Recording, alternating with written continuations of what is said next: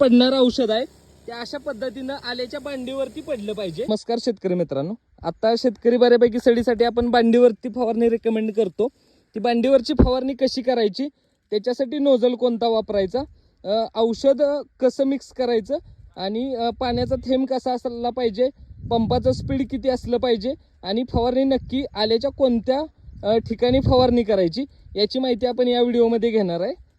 तर बांडीवरची जी फवारणी आहे ती फवारणी करत असताना अशा पद्धतीनं एका सरीसाठी, एका लाईनसाठी, एका बेडसाठी 2 पंप फवारणारे व्यक्ती, 2 पंप फवारणारे जे असतील त्यांनी अशा पद्धतीनं जो नोझल आहे तुमचा तो असा आडवा नोझल आपल्याला वापरायचा आहे।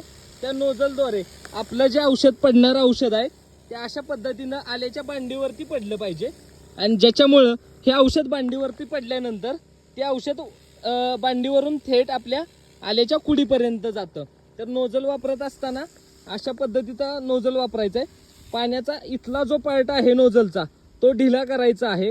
हा पार्ट ढिला केल्यामुळं पाण्याचा जो थेंब आहे आपला तो पाण्याचा थेंब मोठा पडतो, म्हणजे ड्रॉपलेट पाण्याचे मोठे पडतात, ज्याच्यामुळं औषध लगेच बांडीवरती पडून त्या औषधाचा फॉग जास्त न होता त्या औषधाचा मोठा थेंब पडल्यामुळे ते औषध लगेच आपलं आल्याच्या बांडीवरती जात असतं।